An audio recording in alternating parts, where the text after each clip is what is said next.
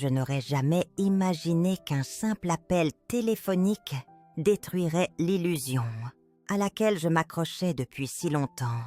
Tout commençait par un rire, doux, au début comme un tonnerre lointain qui s'approche.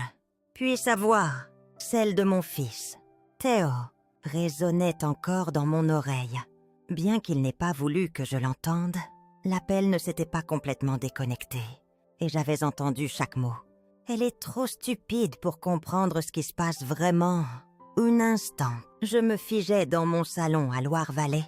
L'air autour de moi changeait. Lord, une connue, le joyeux cliquetis de la cuillère, que je venais d'utiliser pour remuer mon thé, semblait déplacé. Mon salon douillait, les rideaux fleuris, le dos tic-tac de l'horloge murale. Tout devenait étranger, comme si j'étais assise dans la maison de quelqu'un d'autre. Je fixais le téléphone. La voix de Théo était encore là, riante, sa femme Adèle le rejoignant dans leur moquerie privée. Sérieusement, ajouta Adèle, elle nous a pratiquement tout donné. Elle pense qu'elle nous aide. Mon Dieu, quelle idiote, gloussait Théo. Laissons-la croire ça, tant qu'elle continue de signer ce dont nous avons besoin. Qui s'en soucie de ce qu'elle pense? Mes mains tremblaient, mais je gardais ma respiration stable. Je ne pouvais pas laisser la rage m'envahir. Pas encore. Mon fils, mon unique enfant, le garçon que j'avais élevé après la mort prématurée de son père. L'homme en qui je pensais pouvoir avoir confiance. Il m'avait demandé de rester en ligne plus tôt, disant qu'il devait vérifier quelque chose rapidement avec le prêteur. J'avais accepté avec plaisir. Après tout, je venais de transférer le dernier paiement pour leur maison à Tours, l'assurance vie de mon défunt mari, mes investissements prudents, toutes versées dans cette maison pour eux, pour mon petit-fils, pour leur avenir. J'étais si impatiente de donner, si fière. Et maintenant, ceci, le bruit du verre raclant le comptoir en bois, me faisait sursauter.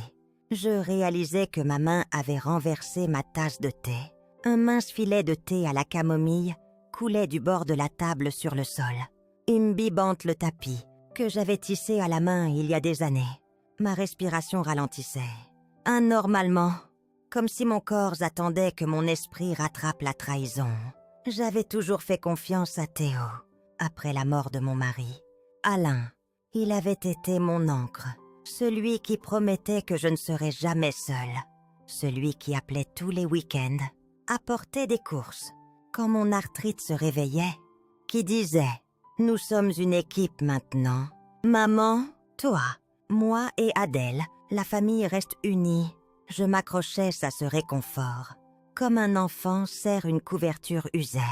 Et maintenant, je restais là, me sentant comme une idiote, la vieille femme pathétique, trop désespérée pour un lien, pour voir la vérité. Ils avaient transformé ma confiance en arme. Pas pour l'amour, pas pour la gratitude, mais pour le contrôle. Je sentais cela se produire en moi. Une brûlure creuse serrerait. Mes doigts se crispaient autour du téléphone, puis se relâchaient lentement, alors qu'un calme étrange s'installait. Pas de l'engourdissement. Non, quelque chose de plus froid, de plus vif. Mes larmes ne coulaient pas. Je ne leur donnerai pas cette satisfaction. Pas encore. Je terminais l'appel discrètement, appuyant enfin sur le bouton, qu'ils avaient oublié de presser. Le silence qui suivait était plus lourd que n'importe quel cri. Derrière moi, la bouilloire continuait de siffler, réclamant de l'attention. Je me levais, l'éteignais avec une lenteur délibérée, redressais ma tasse, comme si rien ne s'était passé. La maison était immobile. L'air sentait légèrement la lavande de la bougie qu'Adèle m'avait offerte à Noël. Je la fixais longtemps. C'était ma maison, mon argent, ma vie qu'ils avaient siphonnée. Et je les avais laissés faire. Je posais les deux mains sur le comptoir du salon, murmurais à voix haute, stable et égale. Plus maintenant. Ce matin-là, avant d'entendre le rire cruel de mon fils, j'étais emplie de fierté. Je me tenais au guichet de la banque, regardant le dernier paiement de l'hypothèque se traiter. La jeune caissière souriait poliment en me tendant le reçu, mais elle ne pouvait pas saisir ce que cela signifiait. La maison était officiellement à eux maintenant, celle de Théo et Adèle. Plus de paiement mensuel, plus d'intérêts, sans dette. C'était mon cadeau pour eux, mon héritage. La route jusqu'à leur maison à Tours avait été silencieuse, mais mon cœur était plein. J'imaginais le visage de Théo s'illuminer. En lui tendant la confirmation finale, je voyais Adèle me serrer fort, peut-être même pleurer. Je pensais à mon petit-fils, trottinant dans le salon, en sécurité et heureux dans une maison enfin sécurisée. Ils en avaient fait tout un plat le mois dernier, me convainquant que c'était la bonne chose à faire. Ce n'est pas juste pour nous. Maman avait dit Théo, c'est pour le bébé. Cette maison sera à lui un jour. C'est un investissement dans son avenir. Et Adèle, toujours si chaleureuse en surface, avait pris mes mains, murmurante. Tu as déjà tant fait pour nous. Mais cela changerait tout. Tu serais toujours copropriétaire. Bien sûr, ton nom est aussi sur l'acte. Il faisait en sorte que je me sente comme une partie des fondations. Comme si j'avais ma place ici. J'avais hoché la tête, ravalant la petite pointe d'hésitation qui essayait de surgir. Mon défunt mari, Alain, aurait posé plus de questions. Il s'inquiétait toujours des petits caractères. Mais moi, je voulais faire confiance à mon fils, mon unique enfant. Ma famille, en arrivant dans leur allée ce matin-là, la maison semblait parfaite, les parterres de fleurs, qu'Adèle entretenait si soigneusement, étaient fraîchement taillés. Une petite balançoire bleue pendait du chêne dans la cour avant. Je pouvais presque entendre la voix de mon mari me taquiner. « Tu les gâtes, Geneviève. Ils devraient se débrouiller seuls. » Mais j'avais fait taire cette voix avec une simple pensée. C'est de l'amour. À l'intérieur, Adèle s'affairait déjà, pliant des vêtements minuscules en piles nettes sur le canapé. La chambre d'enfant à l'étage était entièrement équipée. Animaux en peluche, mousse pastel, tout méticuleusement planifié. Nous avons tant de chance de t'avoir. Geneviève, avait-elle dit doucement, jetant un œil à la pile de vêtements pour bébé. Nous n'aurions jamais pu en arriver là sans ton aide. Je souriais alors. Je la croyais. Théo descendait les escaliers, tenant le bébé, souriant largement, comme si le monde entier était enveloppé en sécurité dans ce moment. « Tu n'avais pas à faire ça. »« Maman » disait-il avec ce demi-sourire familier, qui me rappelait toujours son père. « Mais je suis reconnaissant. Nous le sommes tous. » Je l'avais écarté d'un geste, prétendant être modeste. « Vous êtes ma famille. C'est ce qui compte. » Au petit déjeuner, ils avaient discuté facilement de futures vacances, des écoles qu'ils envisageaient pour le bébé, de la nouvelle entreprise que Théo lançait. Ils parlaient avec tant de confiance en l'avenir, comme si rien ne pouvait les ébranler. Et je me sentais chaleureuse à l'intérieur, sachant que je faisais partie de cette stabilité.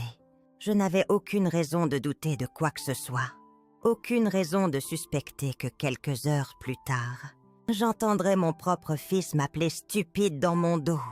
Aucun motif de savoir que la chaleur que je ressentais n'était pas de l'amour, mais une illusion. Maintenant, assise dans ce même salon, tout semblait mis en scène et la chambre d'enfant, les photos familiales chaleureuses, la douceur répétée d'Adèle. Tout faisait partie de la performance. Je n'étais pas aveugle à comment cela avait commencé. Je ne voulais simplement pas voir ce que c'était. Après le décès d'Alain, j'étais désespérée de me sentir nécessaire. 42 ans de mariage laissent un vide quand c'est fini. La maison semblait trop silencieuse. Les nuits, trop longues. Je m'accrochais à chaque moment, qui me faisait sentir moins seule. Théo et Adèle le savaient. Quand ils avaient abordé l'idée que j'aide, ils l'avaient présentée comme un cadeau. « Maman, tu fais partie de la famille. Tu le seras toujours. » avait dit Théo, assis en face de moi à ma propre table à manger. Sa voix était si douce, ce courtisan, que soit comme s'il me protégeait de quelque chose de douloureux. Nous voulons que tu sois impliqué à chaque étape. Nous ne pouvons pas faire ça sans toi. Il l'enveloppait dans le langage de l'amour, de la famille, de l'avenir, de la sécurité. J'avais signé, et quand le premier prêt passait sans problème, il me louait comme une héroïne. Tu vois, nous sommes une équipe, rayonnait Théo. Adèle m'apportait des biscuits faits maison cette semaine-là, me serrant comme une fille l'aurait fait. Cela semblait bon, cela semblait sûr. Mais il ne s'arrêtait pas à un prêt. La deuxième fois, c'était pour refinancer une partie de la maison pour des rénovations. Tu vas adorer la nouvelle chambre d'enfant. Maman, avait dit Adèle, me montrant des planches d'inspiration de jaune doux et de décalcomanie d'animaux de la forêt. Puis venait la troisième fois. La nouvelle idée d'entreprise est solide. Maman, je te le promets, le retour profitera à nous tous, avait expliqué Théo avec tant d'excitation dans la voix, décrivant son nouveau projet, tout en feuilletant des brochures marketing élégantes. J'entendais à nouveau la voix de mon défunt mari dans mon esprit. Ralenti, Geneviève, ne signe rien que tu ne comprends pas complètement. Mais je l'écartais. Mon fils n'était pas comme les histoires d'horreur aux nouvelles. Théo n'était pas un de ces enfants qui exploitaient leurs parents. Il m'aimait. Il construisait quelque chose de bien. Je ne voulais pas l'insulter en doutant de son jugement. Alors je signais encore et encore. À chaque fois, je donnais plus que ma signature. Je donnais ma confiance, ma permission, mon levier. Les documents de procuration venaient ensuite, juste pour les urgences. Maman, tu auras toujours le contrôle. Ça me donne juste l'autorité légale. Si quelque chose arrive et que tu n'es pas disponible. Et je voulais cela moins de stress, moins de formulaires, moins de jargon légal, que je comprenais la peine à 70 ans. Lire des contrats financiers denses semblait déchiffrer une langue étrangère. Théo disait qu'il s'occuperait de tout pour moi. Adèle s'assurait que je me sentais aimée tout au long. Petits cadeaux, dîner hebdomadaire. Ils commençaient à appeler plus, visiter plus. C'était comme si tout mon monde était à nouveau solidement ancré avec eux. Du moins, c'est ce que je ressentais. Maintenant, je voyais ce que c'était. Chaque sourire, chaque compliment, chaque demande était une autre couche d'isolation entre moi et la vérité. Ils ne voulaient pas juste mon aide, ils voulaient mon accès. Je ne voulais pas regarder, même après les avoir entendus se moquer de moi dans cet appel. Une partie de moi s'accrochait à l'espoir minuscule que peut-être ce n'était pas aussi grave que ça semblait. Peut-être plaisantait-il, peut-être avais-je mal compris. Mais quelque chose d'hideux changeait en moi. La chaleur que je ressentais autrefois autour de Théo et Adèle s'était refroidie en quelque chose de fragile. Je restais dans le salon, fixant mon téléphone, mes mains planant sur l'écran, mon battement de cœur stable, mais lourd. C'était Adèle qui m'avait d'abord initié à l'accès au cloud, configurant des applications pour que je puisse tout voir en un seul endroit. Elle disait que c'était pour que je ne m'inquiète pas, que tout serait transparent. Transparente, ce mot résonnait dans mon esprit. Alors que j'ouvrais enfin les dossiers financiers qu'ils m'avaient liés il y a 2 mois. Des fichiers que je n'avais jamais pris la peine de vérifier, parce que je leur faisais confiance. Les premiers fichiers semblaient inoffensifs. Documents hypothécaires, résumés d'épargne, relevés d'impôts fonciers. Tout ce que je m'attendais à voir. Puis je voyais quelque chose que je ne reconnaissais pas un compte professionnel. Mon nom attaché. Je clignais. Le solde était significatif. Mais plus alarmant était l'historique des transactions. Transferts bancaires, retraits, transferts vers des comptes au nom de Théo. J'ouvrais un autre dossier. Puis un autre, un étiqueté. Paquet d'investissements. Conjointe. Mon nom listé à nouveau, comme garant principal. Puis venaient les comptes de courtage. 3 d'entre eux. Portefeuille à haut risque. Investissement en crypto-monnaie. Prêt garanti par des actifs que je n'avais jamais autorisés. Le nœud dans mon estomac se resserrait à chaque fichier que j'ouvrais. Je sentais comme si je décollais les couches d'une blessure que je n'avais pas réalisée infectée. Mon nom, mon identité, étaient liés à des activités financières dont je n'avais aucune connaissance, et ils l'avaient fait en utilisant l'accès que je leur avais donné volontairement. Les documents de procuration, les comptes joints, mon score de crédit impeccable. Je restais là, respirant doucement, mes doigts glacés sur l'écran.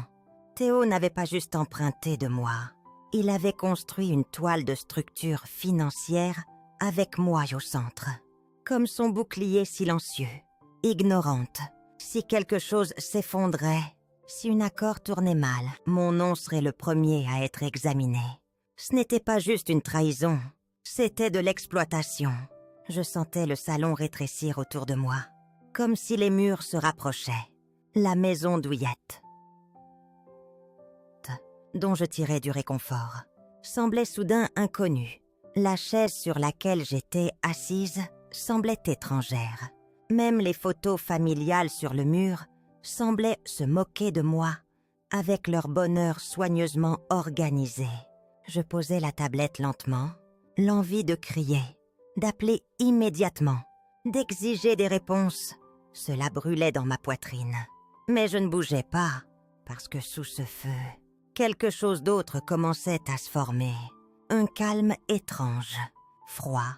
Ils avaient compté sur ma douceur, mon empressement à éviter les conflits, ma volonté aveugle de faire confiance, juste pour rester proche d'eux. Mais ceci était différent. Ce n'était pas un simple malentendu. C'était un vol masqué en amour. Je me levais, marchais vers l'évier, lavais mes mains, comme pour effacer la honte. L'eau chaude coulait sur ma peau, mais le froid en moi restait. Tu as laissé cela arriver, Geneviève, pensais-je amèrement. Tu leur as donné les clés. Je séchais mes mains, pliais soigneusement la serviette, me tournais vers le petit bureau attenant au salon. Le vieux classeur de mon défunt mari se tenait contre le mur, intact depuis des années. J'ouvrais le tiroir lentement, sortant la paperasse que je n'avais pas regardée depuis sa mort. J'avais besoin de tout voir maintenant, plus de confiance en leurs résumés, plus de signatures en souriant. S'ils voulaient me traiter comme si j'étais trop stupide pour comprendre ce qui se passait, ils allaient découvrir à quel point ils avaient un tort. La maison était silencieuse, sauf pour le tic-tac rythmique de l'horloge ancienne sur le manteau de la cheminée. Je me déplaçais dans les pièces soigneusement, calmement. Mes émotions ne s'enflammaient plus. Elles s'aiguisaient. Pas de cris, pas de panique, cela leur aurait donné du pouvoir. Je ne leur donnerai pas ma douleur comme ça. Plus maintenant. Je posais une nouvelle théière sur la table, stabilisant ma respiration à chaque mouvement. La routine familière empêchait mes mains de trembler. Mon chat, Loon, me suivait de pièce en pièce, ses yeux verts observant chaque mouvement.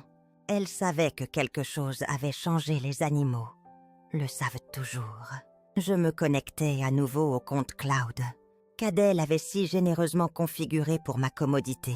Commodité. Ce mot me retournait l'estomac. Je commençais à télécharger des copies de chaque document que je pouvais trouver. Chaque transaction, chaque contrat avec mon nom attaché. Plan d'épargne, propositions commerciales, entreprise conjointe, que je n'avais jamais approuvé. À chaque clic, je créais un dossier sur mon disque dur personnel, étiquetant tout méticuleusement.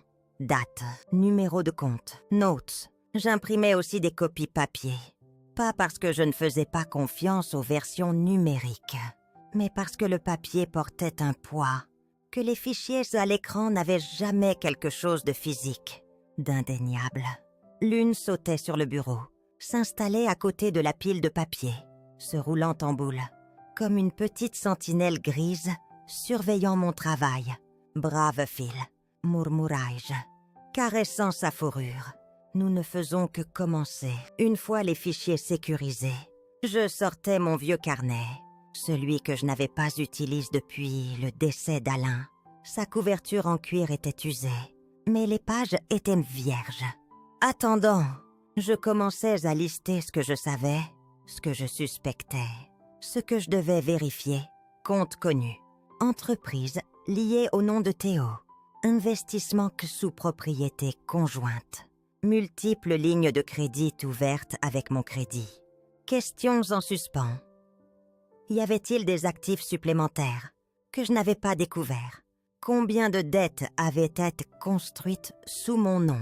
Depuis combien de temps cela durait-il? La liste grandissait rapidement.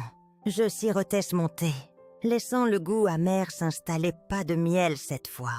Je ne voulais rien de doux pour émousser ma concentration. Leur plan entier reposait sur une supposition. Que je ne regarderais jamais, que je ferais simplement confiance. La vieille maison craquait, tandis que je m'y déplaçais. Les sons familiers maintenant étrangement réconfortants dans le calme de mes pensées. Je portais mon thé dans le bureau d'Alain, mon bureau maintenant. Bien que je le considérais toujours comme le sien, c'était là qu'il s'asseyait pendant des heures, examinant soigneusement chaque formulaire d'assurance, chaque relevé d'investissement. Il disait toujours « Ne signe rien que tu ne comprends pas complètement. Geneviève, personne ne protège tes intérêts comme toi. » Je l'avais entendu dire cela tant de fois.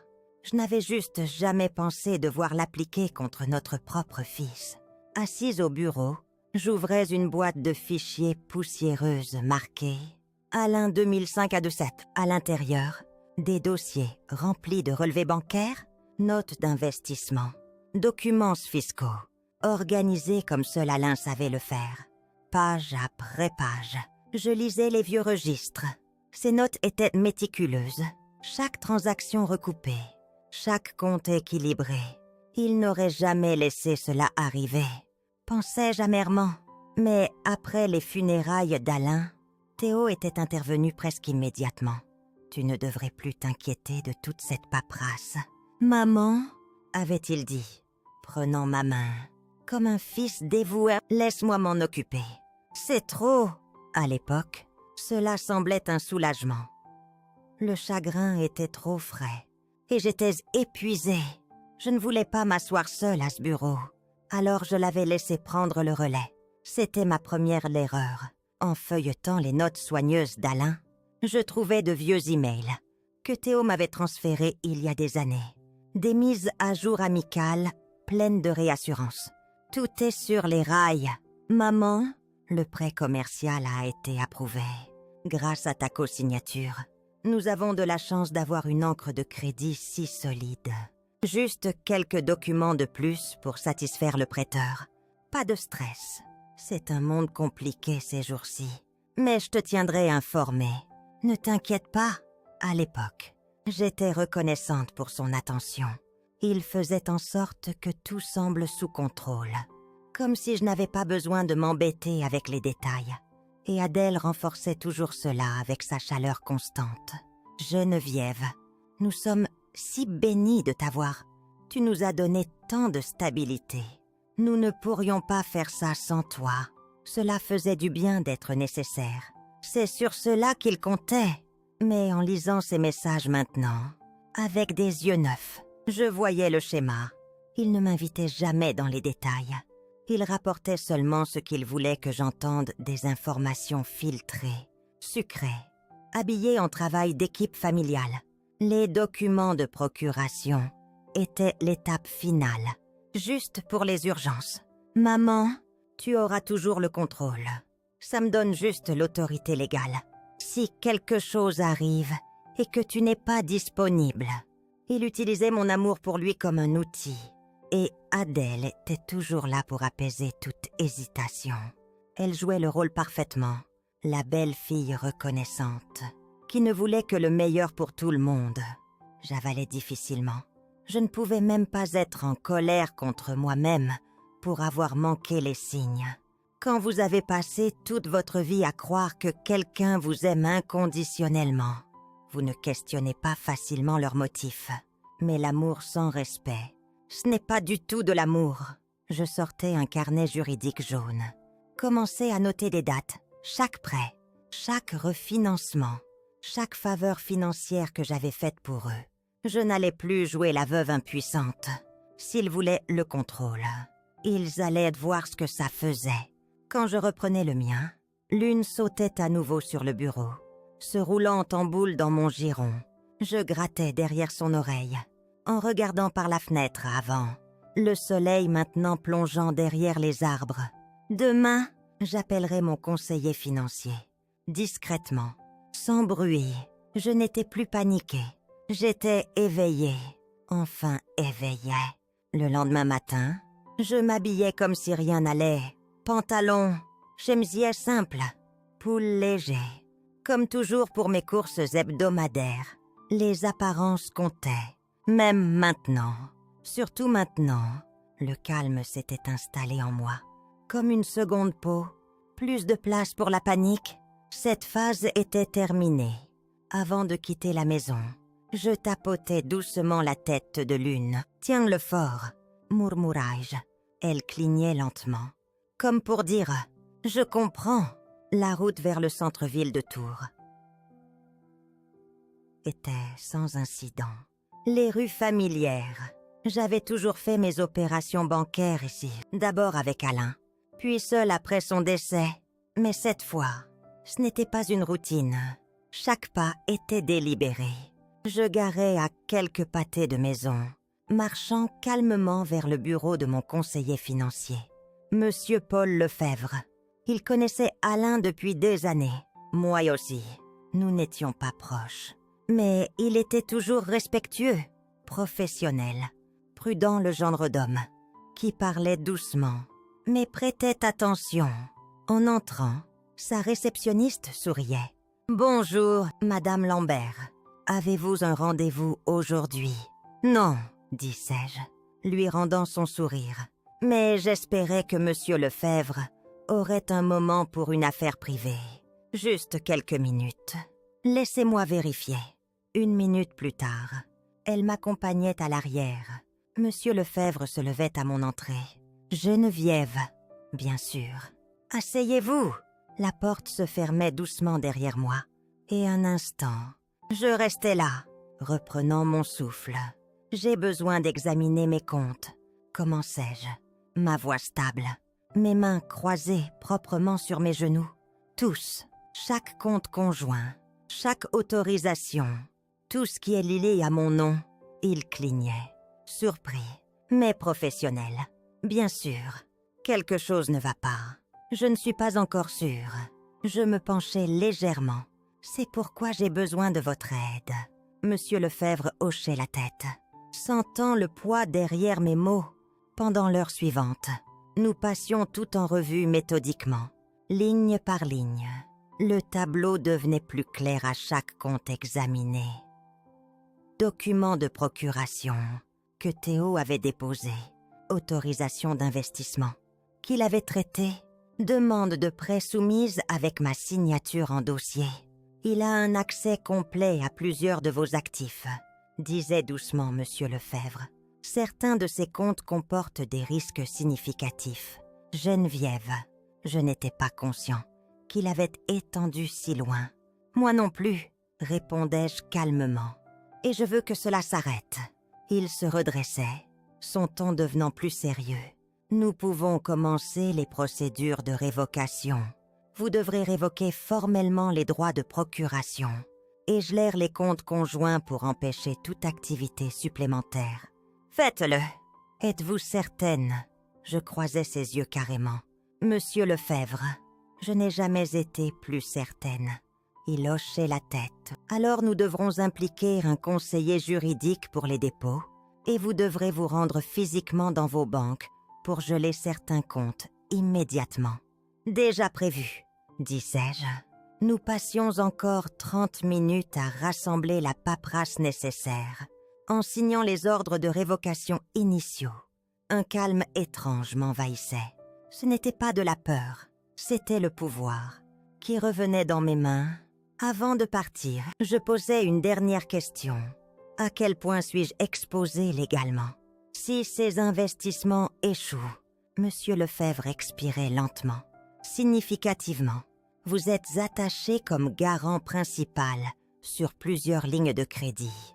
Mais si nous agissons maintenant, gelons, révoquons et documentons vos objections. Nous pouvons construire une défense. Si les choses s'effondrent, alors agissons. Je me levai, lui serrant la main fermement, en retournant à ma voiture. Le soleil de l'après-midi se reflétait sur les immeubles de verre du centre-ville de Tours. Le monde extérieur semblait comme toujours normal. Prévisible, mais mon monde avait changé. Le silence ne signifiait pas faillible.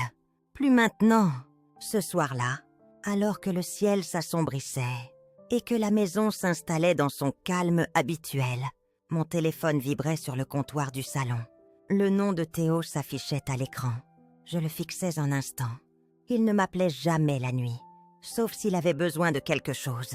Je décrochais, laissant ma voix légère. « Salut, mon chéri. Salut !» Maman, son ton était chaleureux, presque joyeux, trop joyeux. C'était cette voix familière qu'il utilisait quand il me préparait à une autre demande. Je voulais juste prendre des nouvelles. « Comment vas-tu ?»« Je vais bien, » répondais-je. « Comment va le bébé ?»« Oh, il va bien. Il est tellement prenant ces derniers temps. » Il riait, comme si c'était juste un appel de rattrapage. Mais je sentais le poids derrière ces mots. La facilité forcée, la pêche. Après quelques minutes de bavardage insignifiant, Théo changeait de ton. « En fait, maman, il y a quelque chose dont j'espérais qu'on pourrait parler. »« Ça y est, bien sûr, » disais-je, souriant à moi-même. « De quoi s'agit-il ?»« Eh bien, » il s'éclaircissait la gorge, ces petits tics nerveux, qu'il avait toujours quand il mentait. On m'a présenté une opportunité vraiment prometteuse. C'est un peu une occasion unique. Honnêtement, vraiment, disais-je doucement. Dis-m'en plus, tu te souviens de cette entreprise dont je t'ai parlé? Eh bien, ils ont accéléré une phase d'investissement majeure. Mais j'ai besoin d'un peu plus de liquidité pour finaliser ma position. Sa voix s'adoucissait. Juste une chose à court terme. Maman, temporaire. À peine une faveur. Vraiment, je restais silencieuse, le laissant remplir l'espace. Et bien sûr, il le faisait. Je pensais, toussais. Puisque nous sommes déjà partenaires sur la paperasse, ce serait facile de déplacer des fonds pour une garantie. Rien de risqué. Tout est solide. Je ne demanderai même pas. Mais Adèle et toi, et voyons vraiment cela comme un grand pas pour notre avenir. Pour le bébé, toujours le bébé. Il n'oubliait jamais quel bouton appuyer. Je fermais les yeux brièvement, prenant une lente inspiration. Ma voix restait douce. Je vois. Et tu es sûr que c'est sûr? Complètement. C'est juste pour sécuriser la dernière pièce. Je laissais un petit sourire se dessiner au coin de mes lèvres, bien qu'il ne pouvait pas le voir. Eh bien, mon chéri, je suis sûre que nous pouvons en discuter. Pourquoi ne pas se rencontrer en personne? J'aime passer en revue ces choses face à face. Tu sais, juste pour ma tranquillité d'esprit. Il y avait une légère hésitation de l'autre côté. Je pouvais presque l'entendre recalculer. Bien sûr, disait-il enfin, trop vite. Absolument. C'est une excellente idée. Demain, ça va. Demain est parfait, disais-je doucement. Rencontrons-nous quelque part en public. Cependant, c'est plus facile pour moi de t'entendre clairement. Tu sais comment la maison devient bruyante avec le bébé.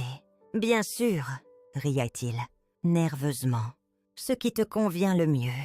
En terminant l'appel, je pouvais pratiquement entendre le soulagement dans sa voix. Il pensait que j'étais encore malléable, confiante, naïve, mais ce n'était pas la même mère qu'il pensait avoir sous son emprise. Après avoir raccroché, je posais mon téléphone face contre le comptoir, expirais lentement. L'air dans la maison semblait plus lourd ce soir, mais pas oppressant. Il pensait encore que j'étais endormie. Pensais-je?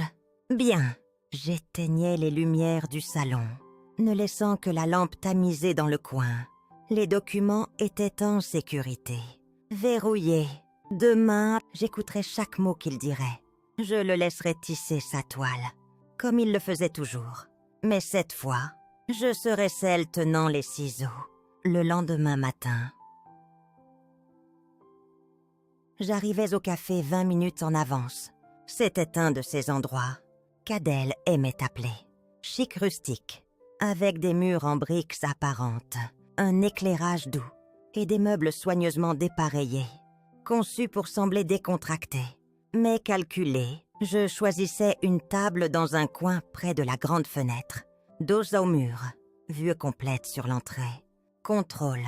La serveuse m'apportait mon thé et je la remerciais doucement, regardant les minutes s'écouler.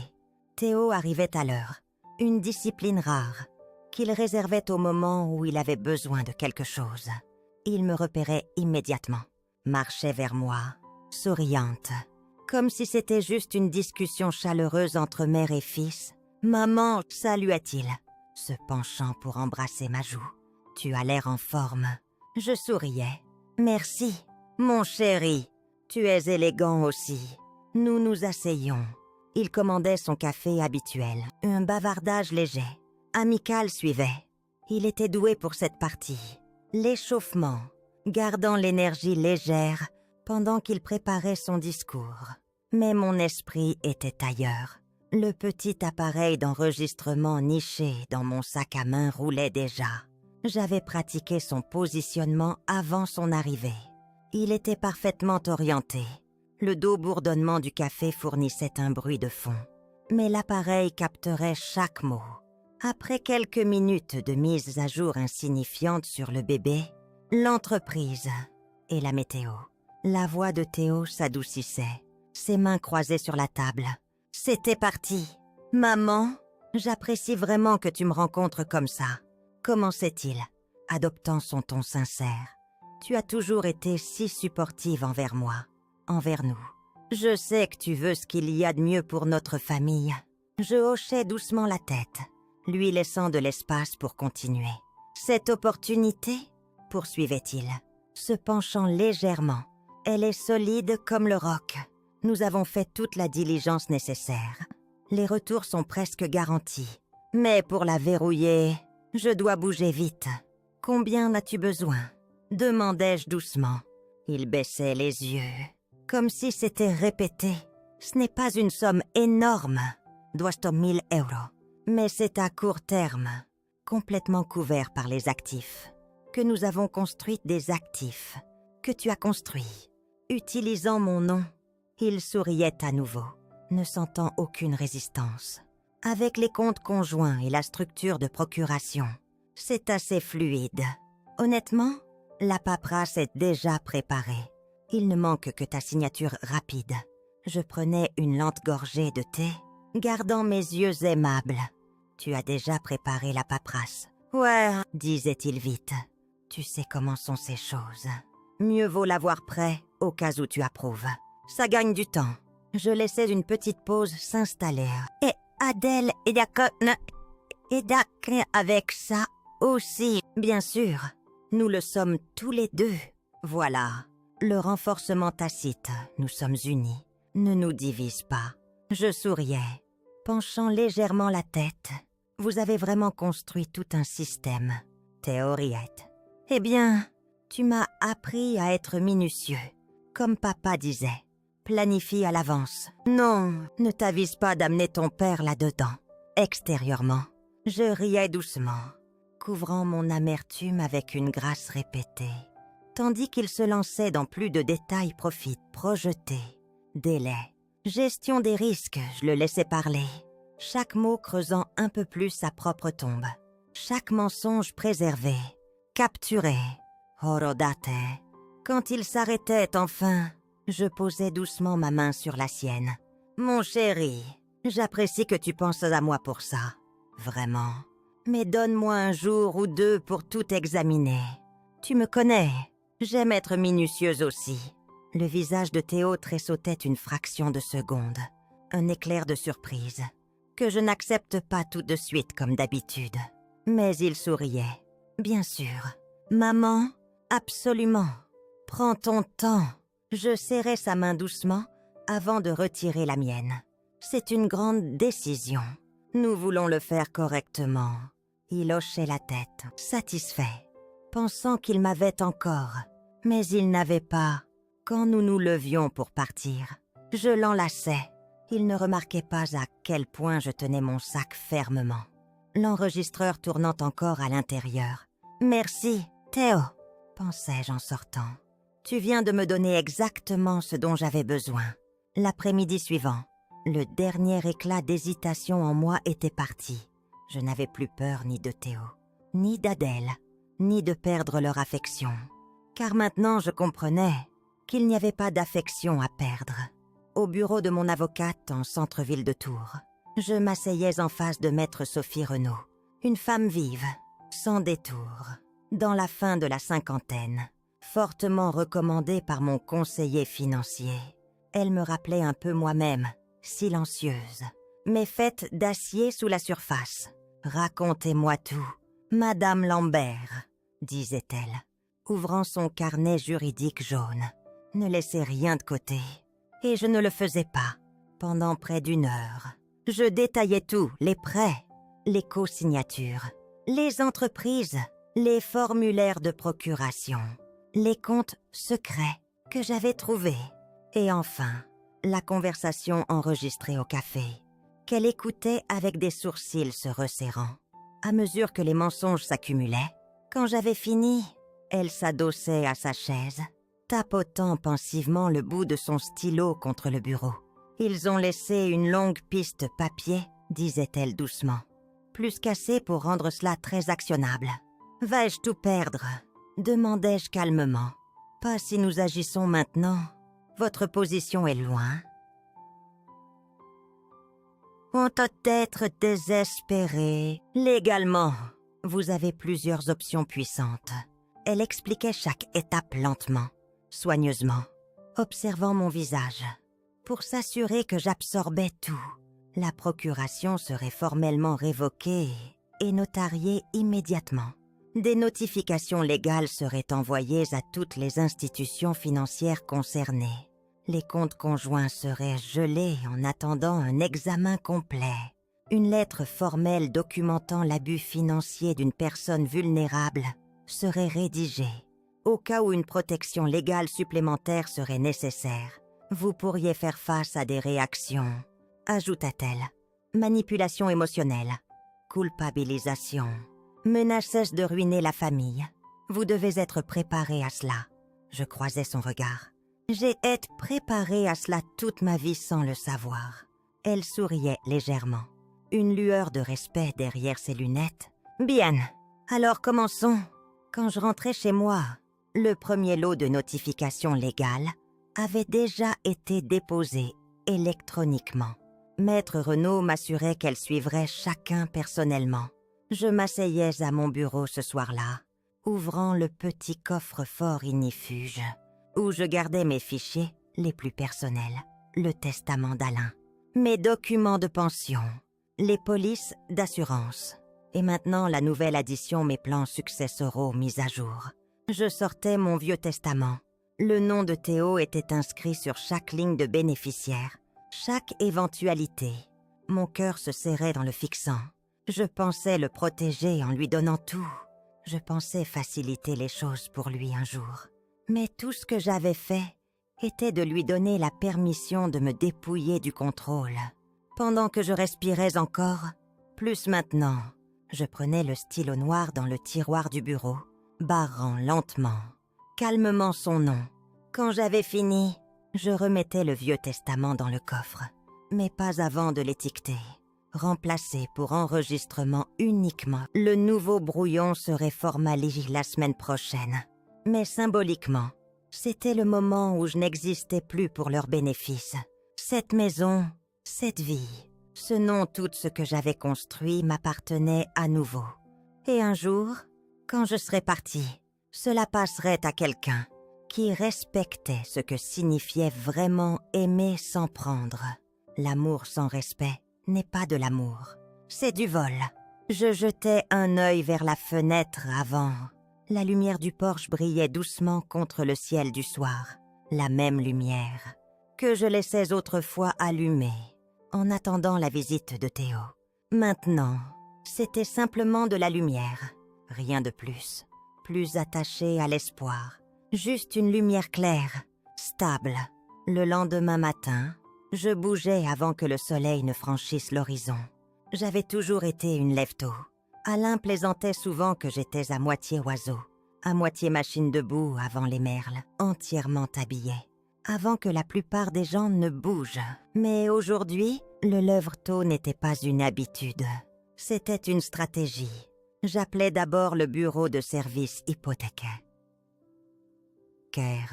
Parlant à une femme nommée Claire, je gardais un ton amical, chaleureux, juste une autre vieille femme polie vérifiant sa paperasse. « Oui, madame », confirmait Claire, tapotant son clavier. L'hypothèque sur la propriété des Lambert a été entièrement remboursée et clôturée le mois dernier. L'acte reflète vous et votre fils comme propriétaire. Je souriais dans le téléphone, bien qu'elle ne puisse pas le voir. Merveilleux. Et juste pour confirmer, tout changement de service, comme une vente ou un refinancement, nécessiterait ma signature. Correct, excellent, disais-je doucement. J'aimerais discuter des options pour vendre ou transférer le service, discrètement.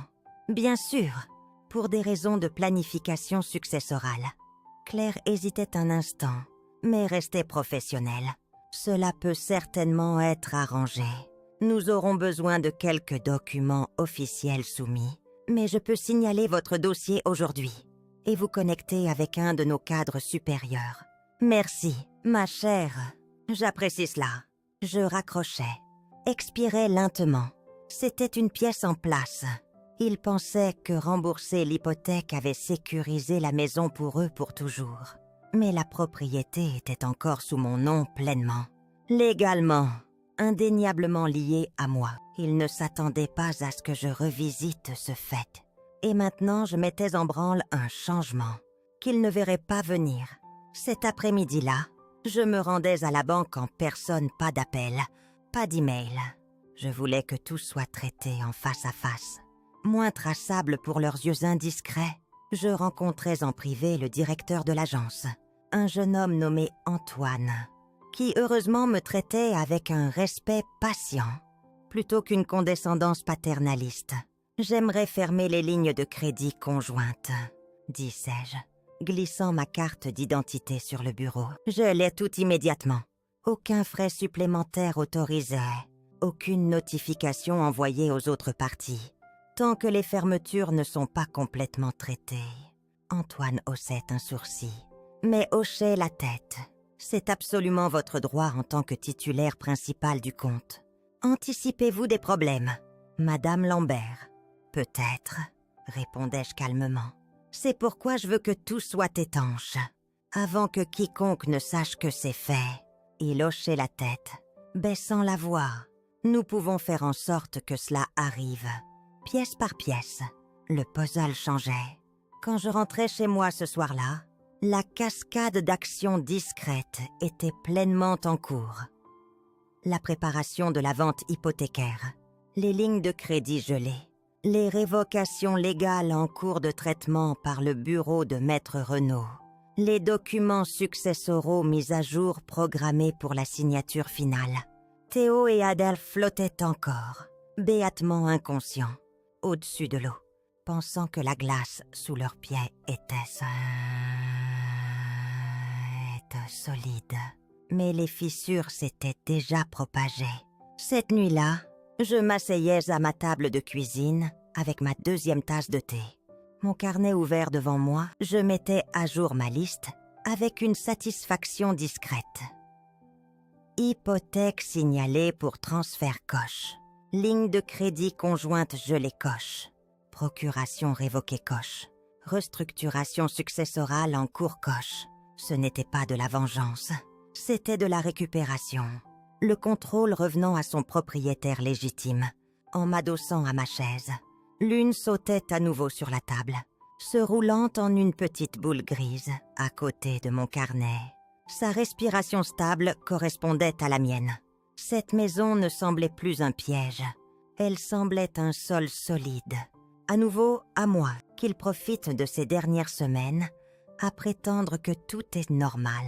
Pensais-je, ils ne verront pas la tempête avant qu'elle ne soit déjà sur eux.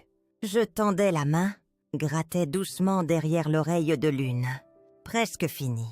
Ma douce, murmurai-je. Presque fini. Quelques semaines plus tard, la première fissure les atteignait enfin. C'était un soir de semaine. Je n'avais pas besoin d'être là pour en être témoin. J'avais déjà imaginé la scène en détail parfait. Théo et Adèle étaient sortis dîner, célébrant l'un des prétendus jalons commerciaux de Théo. Un nouvel investisseur, un nouveau contrat.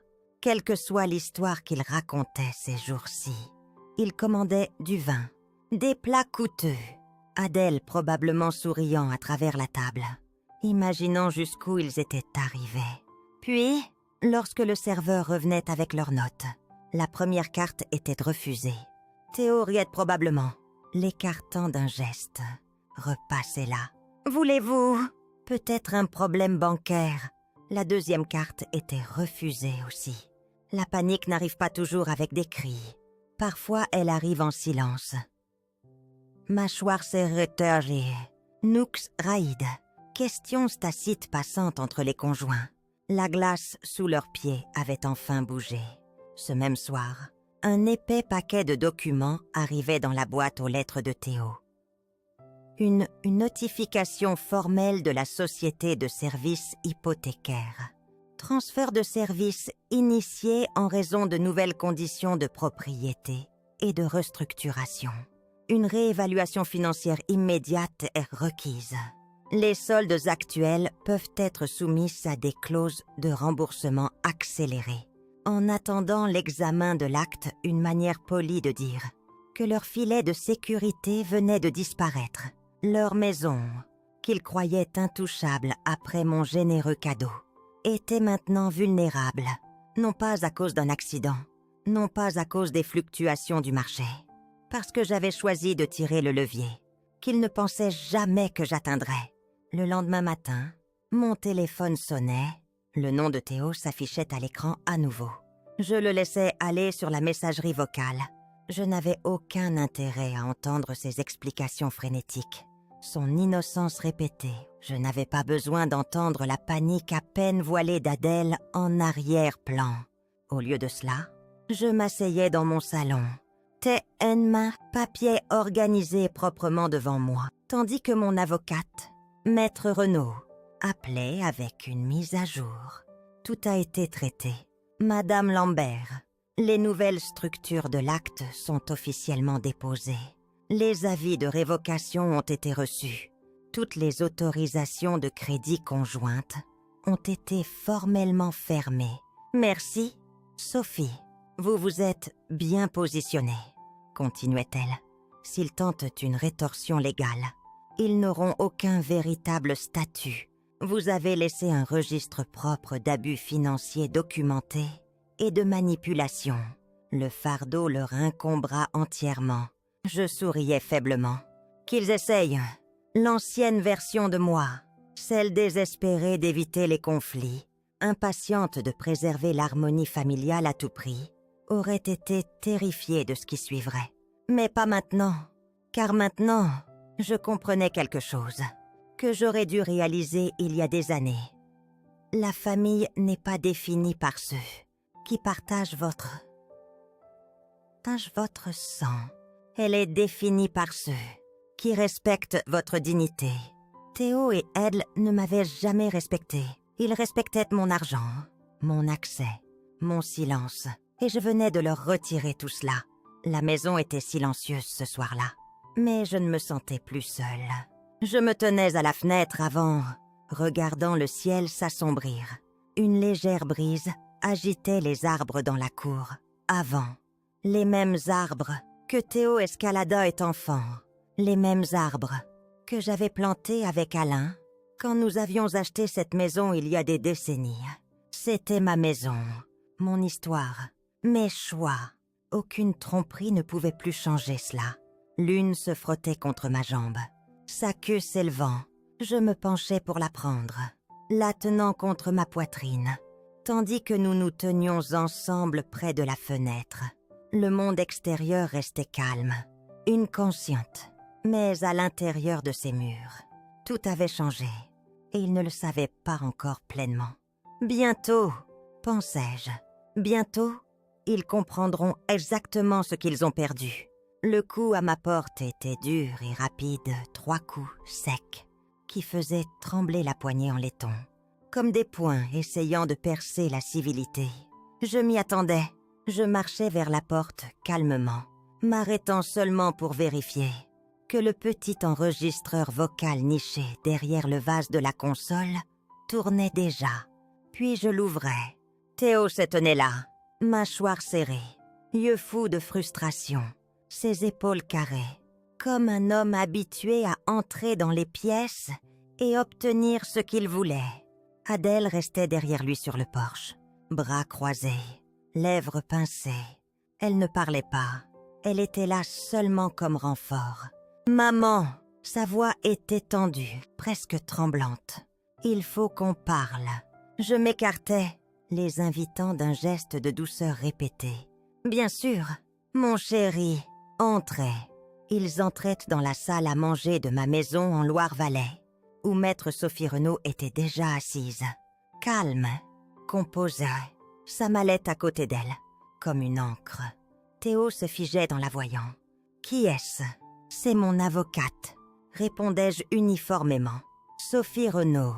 Elle m'aide avec quelques ajustements successoraux longtemps retardés. Ajustements successoraux. » La voix de Théo craquait en un rire forcé. « Maman, qu'est-ce qui se passe ?» Bon sang. Adèle rôdait près de la cheminée, ses yeux passant entre nous. Elle calculait, essayant encore d'évaluer si c'était récupérable. Je m'asseyais à la table en bois oak-chaud d'ail, faisais signe vers la chaise en face de moi. « S'il te plaît. »« Théo, assieds-toi !» Il ne le faisait pas. Sa voix montait, le fils poli s'effaçant en quelque chose de plus brut. « Tu as gelé nos comptes, tu as retiré l'hypothèque. Les lignes de crédit ont disparu. As-tu une idée de ce que tu fais ? » « Je sais exactement ce que je fais. » Mon ton restait calme. « Égal. Je protège ce qui est à moi. Tu détruis tout. » Sa voix craquait, les veines visibles le long de son cou. « J'ai tout construit avec toi. Nous sommes une équipe. » « Non, Théo. » Je secouais lentement la tête. « Tu as construit sur moi, sans mon consentement éclairé, sans respect. » Ce n'est pas un partenariat, c'est du vol. Il le ricanaille, arpentante. Tu exagères. Nous avons parlé de tout cela. Non, l'interrompais-je. Ma voix toujours douce, mais tranchante.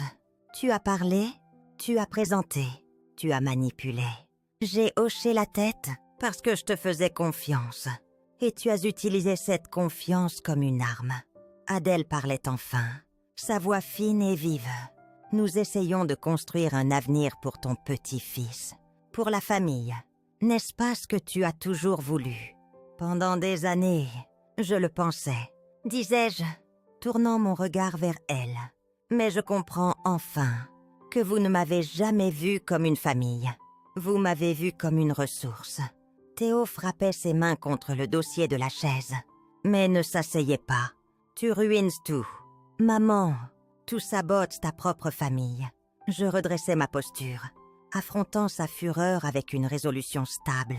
Non, Théo, tu l'as ruiné quand tu m'as vu comme un outil plutôt qu'une personne. À côté de moi, Maître Renaud ouvrait calmement sa mallette, glissait un dossier sur la table en bois, sous la lumière du lustre Fala. Vers lui, ces documents détaillent chaque transaction non autorisée que vous avez initiée au nom de votre mère, disait-elle uniformément. Ils ont été soumis aux autorités compétentes. Le rictus de Théo vacillait. Les autorités. Enquête sur la fraude d'État. Unité d'abus financiers sur personnes âgées. Et examen de l'utilisation abusive d'identité. Confirmait-elle. Ce n'est plus juste un désaccord familial. La couleur s'évanouissait du visage d'Adèle. Elle tendait la main vers le bras de Théo. Mais il se dégageait. Tu détruis ton propre fils. sifflait Théo, la voix brisée. Pourquoi? Par dépit. Je me levai lentement, laissant le silence remplir la pièce avant de répondre. Non, Théo, pour la dignité, pour la première fois. Il n'avait plus rien à dire. Adèle saisissait sa manche, le tirant vers la porte, murmurante. Nous devons partir. Maintenant. Il se tournait, sortait en trombe sans un mot de plus, quand la porte se refermait enfin derrière eux. J'expirais profondément, relâchant un souffle, que je retenais depuis trop longtemps. Maître Renaud me regardait, son expression stable. « Vous avez bien fait. Je me sens propre, disais-je doucement. Pas victorieuse, juste enfin propre. Je ne bougeais pas de la chaise après leur départ en trombe. La pièce était immobile, mes mains reposaient sur mes genoux. Stables, ma respiration égale. Maître Renaud tendait la main vers sa mallette à nouveau. Sortait un second ensemble de documents. Celui-ci plus lourd, plus épais, agrafé serré. Il y a autre chose qu'il ne réalise pas encore, disait-elle, glissant le dossier vers moi. Je hoquais la tête, sachant déjà le paquet de soumission. Complète, Horodate, est déjà déposée auprès des agences nationales et départementales ce matin. Elle confirmait chaque document, chaque enregistrement, chaque email que vous avez transféré. Ils ont déjà commencé l'examen préliminaire. Je laissais mes doigts se reposer légèrement sur le dossier sans l'ouvrir. Son poids était symbolique, pas juste du papier, mais des preuves. Ils pensaient que cette confrontation était leur chance de contrôler l'histoire. Disais-je doucement, de la tordre, de me culpabiliser pour tout défaire. Ils ne s'attendaient pas à ce que vous soyez 2 pas en avant, répondait-elle. Théo croyait encore que c'était récupérable, qu'avec assez de cris, assez de pression, assez de culpabilité familiale, je pleurais comme je l'avais toujours fait. Mais cette fois, l'échiquier était déjà vidé. Avant qu'il ne s'asseye, les enregistrements du café, l'audit numérique complet de chaque transaction non autorisée, les copies du cloud des contrats, que je n'avais jamais sciemment approuvés, les emails, les menaces sur messagerie vocale tout soigneusement organisées, sécurisées, entièrement hors de mes mains. Ils ne peuvent plus rien toucher maintenant. « N'est-ce pas ?» demandai-je doucement. « Non, » disait Maître Renaud. « C'est protégé, même s'il tentait de me contacter à nouveau. Et il le ferait. » J'étais isolée. Je laissais cela s'installer en moi. Pendant des années, ils avaient opéré sous l'hypothèse que j'étais trop douce pour riposter, que mon amour pour la famille me garderait docile. Ils n'avaient pas tout à fait tort. J'avais été douce, j'avais été patiente, je les avais aimés, mais ils avaient pris mon silence pour de la faiblesse. Et maintenant, ils allaient apprendre que les femmes silencieuses construisent des murs. Pendant que d'autres crient aux portes, le téléphone vibrait à nouveau sur la table. Le numéro de Théo. Je ne tendais pas la main. Je n'avais pas besoin d'entendre plus d'excuses mêlées de manipulation. Plus de désespoir masqué en sollicitude. Il commencerait par le charme, puis la culpabilité, puis la colère, et enfin la supplication. J'avais vu tout l'arc avant. Mais cette fois, je ne lui donnerai pas de public. Maître Renaud se levait. Rassemblant sa mallette, nous procéderons au transfert de propriété la semaine prochaine. Une fois que l'enquête aura formellement reconnu vos dépôts, après cela, vous serez pleinement protégé. Clause de non-contestation incluse. Je souriais faiblement. Bien, je veux que ce langage soit limpide. Elle marquait une pause, me regardant un instant. Vous savez, la plupart des gens attendent votre parti pour défendre leur succession. Vous le faites pendant que vous êtes encore debout. Parce que j'ai été debout pendant des années, disais-je doucement. Juste en silence, elle souriait et avec un petit hochement, me laissait seule dans la pièce. Je me levais, marchais vers le manteau de la cheminée. La même photo familiale trônait encore là, le sourire mis en scène. l'image soigneusement organisée d'harmonie, sans cérémonie. Je la descendais pas par colère, juste par clarté. J'ouvrais le tiroir du vieux bureau d'Alain, y posais doucement la photo et le refermais. Il n'y avait pas de rage en moi, seulement une paix simple, propre, dehors.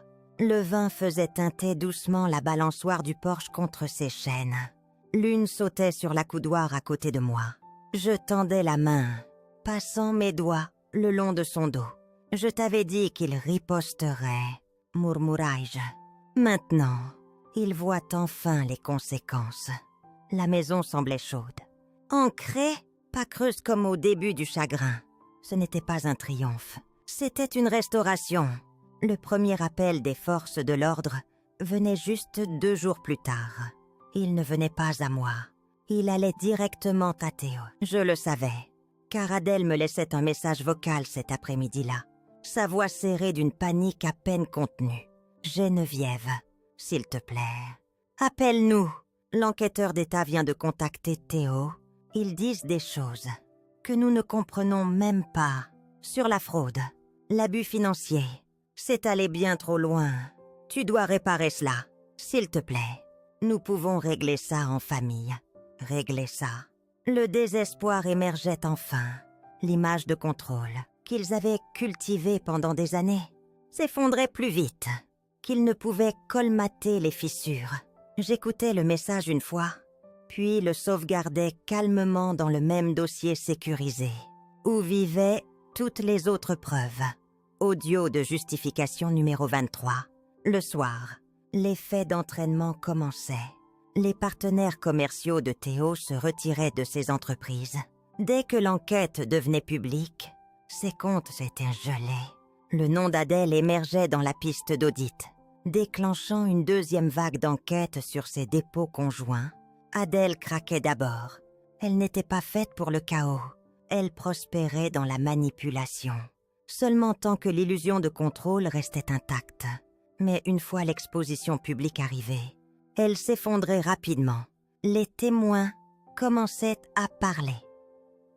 Des amis de la famille, à qui il s'était vanté. Une cousine qui se souvenait avoir entendu Théo se vanter. Que maman a signé pour tout.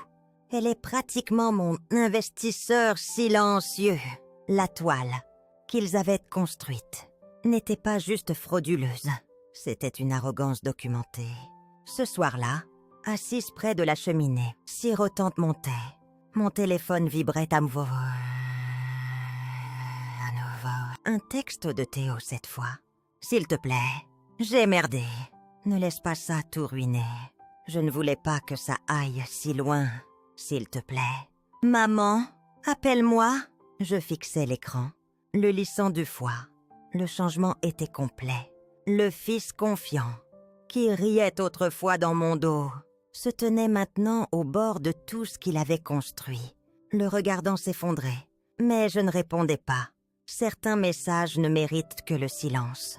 De l'autre côté de la pièce, l'une sautait doucement sur l'accoudoir à côté de moi.